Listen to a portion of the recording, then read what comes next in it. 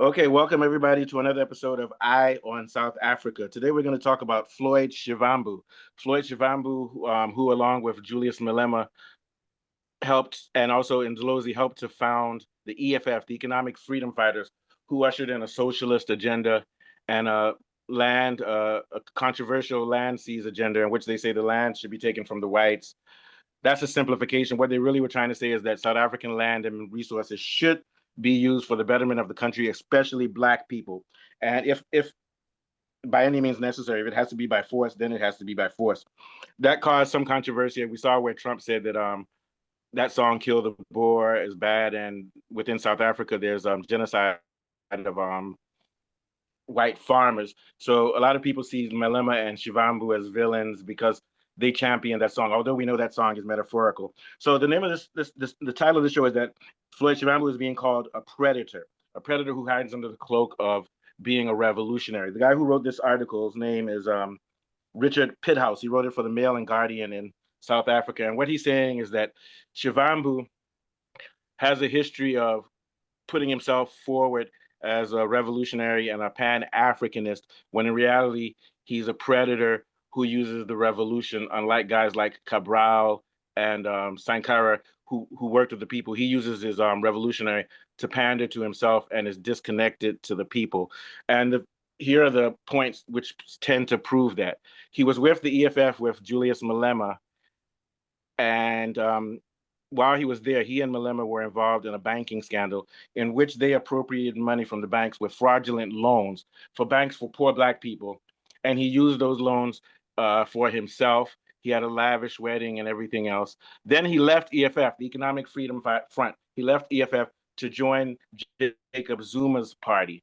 The same Zuma who in 2007 he said that Zuma and Mandela and Ramaphosa, not Ramaphosa, who was the other president of South Africa, Mbeki. He said that they were sellouts and they were part of a white imperialist, colonialist setup, and that he and Malema would break up from that and be revolutionaries. But here we have him stealing money from poor Black people. Then he goes and joins the party that he attacked as a revolutionary, and now he's been kicked from that party after visiting a pastor in Malawi who was who has a warrant out for extradition for rape and for stealing money from his congregation in South Africa. Now he's left this party after being disciplined for that, and he wants to start his own party. So it seems like he's using the revolution just to prop himself up. He has a history of corruption and questionable actions. And this just goes to show you the problem that we have in South Africa now, with not just him, Malema, where you have these demagogues who say we're the revolution, but in reality, they're standing for themselves. Cabral and Sankara, and then if you want to go to people like Jerry Rawlings, or if you want to go to Cuba, these people led by actually fighting on the front line with the people, and they suffered. When Rawlings was sick, wife was sick. He didn't even have money. He was the president of Ghana, but he didn't have money. That shows he wasn't corrupt. What are your thoughts on this general problem that we have going on, not just with Shivambu, but in general with some of these politicians, not just in South Africa, even in Nigeria, like you got OB. You've got people who say they're for the people. Yeah, you're for the people, but you have a Lexus and a nice house, and you're involved in a political system in which you. I'm not saying there's anything that he's done that's different from any other politician, but he's not distinguished from them. He's basically a predator, as far as I'm concerned. What do you think, Kunle? Yeah. Yeah, well, the thing that's sticking out to me, I'm not saying that these things are not true or they are unfounded or he's innocent. Mm-hmm. But what really sticks out to me is that these news reports are coming from the Guardian and the Mail, and these are Zionist-owned entities, and they are very much on the right-wing white side of their polity when it comes to things like this, and they have a tendency for bias. I agree. And also, for him to have attained that position, there must be some positives. You can't just be 100% scoundrel and rise to that without showing some positive competence in other areas, which are not mentioned by the Guardian or the Mail. Very quickly, Shivambu I went to the same school as him. I was there. I was in Wits University. Him and Ndlozi were really good with political science and social theory. I even argued with Ndlozi, who's not involved in any of this rubbish. So they're very smart. They're theoretical. They understand Marxism. But like anything else, I think that I'm getting back to you. Sorry to confront. They're being targeted because they're a threat, but I also think they're compromising themselves by falling for the bait because there is real evidence that Shivambu was involved in a banking scam. And what they said was they were using the money to prompt their party for the good of the people. But when you do things like that and you get caught, it compromises you. So sorry, continue. Yeah. Well, again, And actually with that's this, what the enemy want. The whites want you they want you to be compromised. Yeah, sorry, go ahead. and guess who controls the banks? I mean, if you do the smallest little tiniest little naughty thing in a bank transfer, they will know. You're not going to escape. That's And why one more thing, the ANC and the Democratic Alliance, they don't have to do bank fraud because they can make laws like they do in America a lot, where you just make laws where what you're doing is legal. You understand, like lobbying. yes. So the people in power break those same rules, but it's not really a broken rule because they have the law on their side. You understand what I'm saying? Continue. Sorry. Exactly. And pretty much all these people who are in a position of power or ability or in high office or highly visible, every single one of them, black, white, brown, blue, yellow, if you pull down their pants, it will be smelling, as my dad would say. God bless him. He always said that, said all these politicians, all these celebrities, They have, whether they it's have a England, statement like in America. yeah, They act South like their Africa, shit don't stink. They act like their yes, shit don't stink. all of them, apart All from of that them. president of Uruguay who died poor, apart from him, Oh yeah, the one everybody's, that lived there that was riding a bicycle, and also yeah, I think Rawlings to a high degree, Jerry Rawlings. Yeah. to some extent, Jelly Rolling, but all of them, their pants is smelling when you pull them down. So, Yeah. so that makes him an easy target. As soon as he started doing something that the establishment didn't like, they're like, "Oh, let's go get some dirt on him. Let's kill his Yeah, reputation. and he made Let's it kill easy. his credibility." And He made it. that's what happened. I mean, like, if you or I were to go in there, I guarantee you they'll find out all our hidden secrets, You and they picked up our shit in VI. Me. they will find there's no human being on this earth apart from Jesus Christ who can say that there's nothing they've never done in their life that they're not ashamed of. Nobody. I don't care who you are. If you've lived long enough in this world, you have done. And if you upset the powerful people, they will pick on it. So when I look But at here's the these problem, people, though. But here's I the look problem I at the have. big picture. But here's the problem I have. He parades himself as a socialist. Okay, so Mm.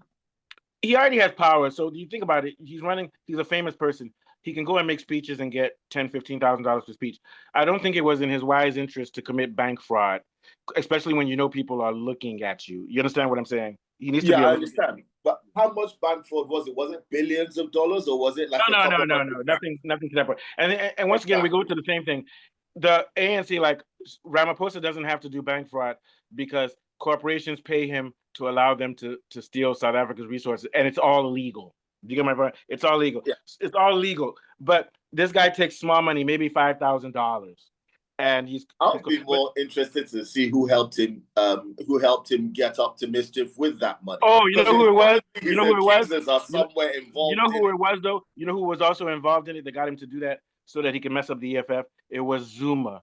Zuma was behind it. And then Zuma now said, "Oh, now you're in trouble," and lured him to EF. See what I'm saying? So Yes. Zuma himself is tricky because Zuma's been around for a long time. He's like a godfather.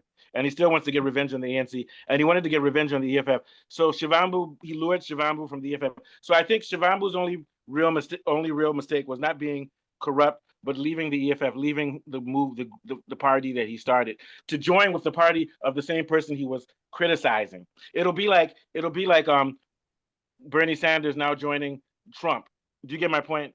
So you're right. We're not going to talk about his corruption. Let's talk about the fact that he started a party called EFF, Economic Freedom Fighters, who stand for Nigeria. Malema said that the way Nigerians are treated in South Africa is wrong, that there should be no borders for Africans. Now, whether he believes that in his head, I don't care. So long as that's his charter in a very xenophobic country, I think that Shivambu, if he wasn't greedy, he should have stayed at EFF. But Zuma offered him a high position in his party. So he left for a higher position. He left. Now I think we can blame him for that. You're in a socialist based party and you get lured into the party with Zuma, the same person that you attacked. Then you leave that party and you start your own party. So forget about the corruption, jumping from party to party. And then he brought in people with his party who have been on the ANC, they've been on the MK party. These are all warring factions. So he has a bunch of guys in his consultation whether he should start his party that actually have jumped from parties that have contradictory ideologies. So would you agree? At least it doesn't seem like he's serious about the socialist ideology. Maybe. Well, What do you? I think the two things are slightly different. I'll explain like this.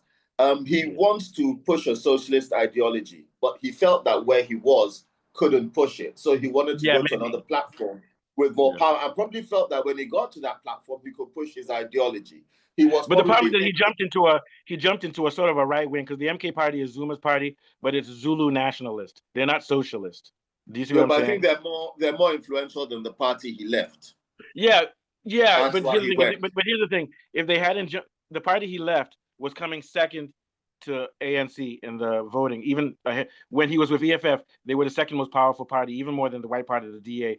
But when he jumped, what happened was when MK party started, they started splitting the votes amongst the blacks. So Zuma's party actually has ensured that a white party is now the second most powerful because there's too many competitive black parties. The more competitive black parties there are, the more the chances are that the ANC and the white supremacist group DA can win because those too many of those guys are fighting amongst each other. Sort of like the way that Arab guy won in New York. He won because he was an Arabic. So all Arabic and all people who believe for Palestine voted for him. And then the other six people who were APAC, they were fighting amongst themselves and they split the vote. So there's too many black parties in South Africa. They need to have one powerful black party. But the ANC, I think what Yeah, really have the problem is that the ANC needs to live up to its charter of being a black. The ANC needs to become black consciousness because the yeah, ANC liberated the country, but they've lost their way. Sorry, continue. yes. There's two different abilities here in Yeah. politics. There's the ability to be a politician and an ability to be a statesman. Being a Mm-hmm. statesman is your vision, is what you want to see, do, where you hear the music and the violins and all the wonderful things you want to do. That's Like being a you, you're statesman. optimist. I'm kidding. Go Yes. ahead. Now, Yeah. being a politician is knowing how to scheme, how to Yeah. how to get one over. That has Mm-hmm. nothing to do with what you want to do when you're actually in power. This is Yeah. how to get power. Nigeria has some of the best politicians in the world. We have the Yeah. best politics, but they are not statesmen. But if you say they know how to manipulate themselves into power, Nigerian politicians are fantastically talented at this. The problem Mm-hmm. is they have no vision. I think Yeah. in this case, it's a bit of the other way around. He has statesman-like ambitions, but he's just not a politician. He So doesn't he know how to doesn't play know the how to game. Yeah. play his game well, Same and thing with he Malema. makes a Malema doesn't fool know of how to play the himself. game. Yeah, Malema so says because he makes a he'll. fool of himself, he can't push his message. Yeah, Malema's the same because Malema is a very charismatic speaker, but kill the boy, kill white people, blah blah blah. He needs to be more like. If I were him, I would be like South Africa's one rainbow nation, whites, blacks, everybody. Um, the land should belong to all of us, and all of us do well. But I'm not forgetting my black folks too. You get my point? Be a little bit more Yeah, rather I than mean, the Donald Malcolm X. Trump is a racist, but he's always saying, I love black people, even Mm-hmm. though he's a racist. You Mm-hmm. have to learn the art Same of thing with both. Ramaphosa. Ramaphosa, see how Ramaphosa dealt with Trump? Very much like a gentleman. Yeah, Yeah, he's polished. He knows what to do. Mm-hmm. exactly. He's not a strong enough politician. And if you're Yeah. not a strong enough politician, especially in African politics, you're going to get chewed up and eaten and spat out. Yeah. And he So my needs to improve his political skill. also I think he needs to do discipline. Stay with one party, or now you're gonna start your own party. Don't now if he wants to start his party, set it up properly and be patient and just stick with it, over time. Because all these guys in the NC like Ramaphosa and Co, they spent decades fighting for the movement before they made it. It's not just overnight. So Yeah, within a period of 2 years, he's been in three different parties now. So he's not constant. So he needs to like stay where you are and work. For example, he should have stayed in the EFF or MK party, and like you said, worked within inner intrigues like Machiavelli and stuff, which you have to yeah, do. All yeah. right, thank you. So this has been a good show. I have to go because I have to go to work, but just take us out, but give us a few more words of wisdom, then we'll get out. Yeah. Okay, so we've seen what can happen in the politics of South African politics, which can be exciting, and Mm-hmm. they are just learning and they are growing, and we've seen how the media can compromise you, whether or not you have vision, and also you've seen the shortfallings of your leaders when they don't know how to manage people and politics, and Mm-hmm. um, and if you want to get get far, you need to know how to manage both things and how to manage relationships. Sometimes your enemy has to be your friend today so that by the time he's your enemy again, you're strong enough to face him. You have to think tactically and strategically. And I think that that's his weakness. And I think he needs to work on that. And all African leaders need to learn this. The king of doing this is Putin, and to a lesser extent, Trump. Putin is the king of this. Putin is Trump is very good at that. Trump, you don't know Putin is a little bit better. Some days is Netanyahu's friend, some days is Netanyahu's enemy. Some days that. Trump is saying, oh, look what they're doing in Palestine is terrible. Other days he's saying, I don't give a damn, I'm going to do more. Although he leans more towards the right, obviously, but he still plays with the left. He'll still say, I don't hate black people, and then they'll go and do something racist. So and it's the same thing, you know. So I don't hate black people. My houseboy, my cook is black. You know, so I think he needs to learn the art of politics, which is slightly different from statesmanship. I think that if he can get a good balance there, which makes sense because he's a book. I think he did his master's at the University in Political Science or whatever. So he's a nerd. But he's not a politician. That's a totally different sphere. You get my point? Yeah, exactly. And you need to have the two in order to flourish in modern political life, not just in South Africa, but everywhere around the world nowadays. Thank you very much. Yes. Yeah.